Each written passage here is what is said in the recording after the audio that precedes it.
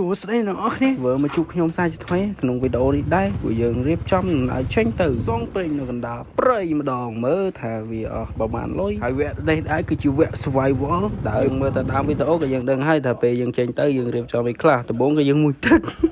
ឥឡូវយើងមិននិយាយច្រើនទេក្រោយពីយើងមួយទឹកហើយយើងត្រូវទៅយកអ្នកគេម្នាក់ទៀតគឺម្នាក់ហ្នឹងគឺជាពីបណ្ណាឥឡូវមិននិយាយច្រើនទេឥឡូវដល់ផ្ទះគាត់ហើយព្រោះយើងខ្វះគាត់មិនបានទេគាត់ជាស្មាត់ឯកដើរខ្សងព្រៃក្នុងព្រៃយើងណាអ្នកមើលមិនខ្សែទេព្រោះថានេះគឺជាវីដេអូកំ plot កំ plaign ទេអូនិយាយខុសទៅសងព្រេងកណ្ដាលព្រៃវគ្គ survival អញ្ចឹងណាមកលេចមកមើលស្មាត់យើងវិញឥឡូវទៅរៀបឡើងពាក់អាវចុះពាក់អាវឡើងឥឡូវយើងមើលហើយគាត់ក៏ទាញជែកមកស្និទ្ធមកដាក់កន្ត្រកម៉ូតូកាត់មកដល់កន្លែងនេះវិញគឺយើងខ្វះបាយមិនបានទេគឺយើងទិញពងទា6គ្រាប់ហើយនឹងបាយ3កញ្ចប់ដើម្បីបំពេញកាពះរបស់យើងឲ្យឆ្អែតមានកន្លងដើម្បីទៅក្នុងព្រៃអញ្ចឹងណាផ្សងព្រៃបាយជែកចូលកប់សេរីទីឥឡូវខ្ជិលនិយាយឥឡូវចាំមើលវីដេអូទៅ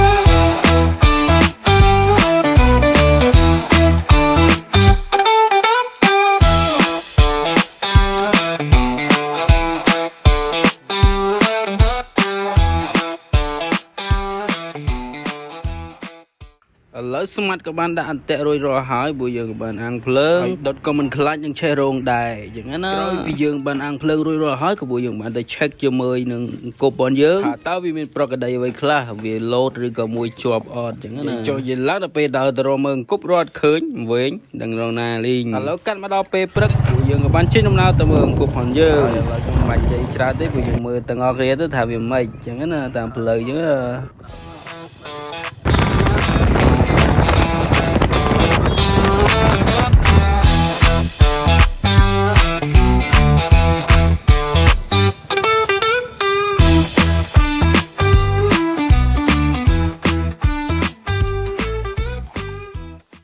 មកដល់កន្លែងនេះពួកយើងចាំអ៊ុតទាំងអស់គ្នាថាជាប់អត់អញ្ចឹងណាតែចង់បញ្ចប់នៃ game ផងយើងវគ្គ survival របស់យើងបានទៅបញ្ចប់ព្រោះជាស្ដាយវាអត់មានបាយទេកាត់មកដល់ពេលយប់ទៀតហើយនិយាយរួមទៅយប់ទី1គឺយើង fail ហើយវគ្គ survival ដើរសងព្រេងឥឡូវយើងគឺដំណើរសងផ្សេងលើកទី2ទៅដាក់នៅខេត្តស្នួរម្ដងថាវាយ៉ាងម៉េចហើយបេសកកម្មផងយើងក៏បានជោគជ័យនៅពេលយប់យើងទទួលបាន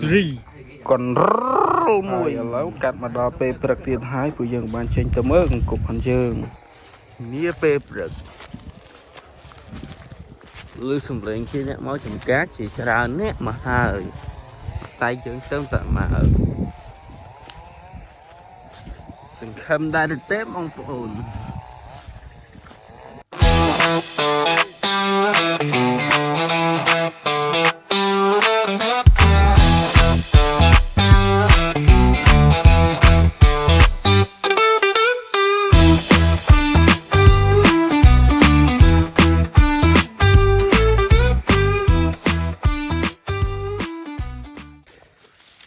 បេសកកម្មនឹងជោគជ័យកັບសេរី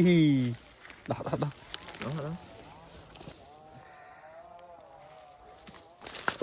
ចុងក្រោយមិនចឹង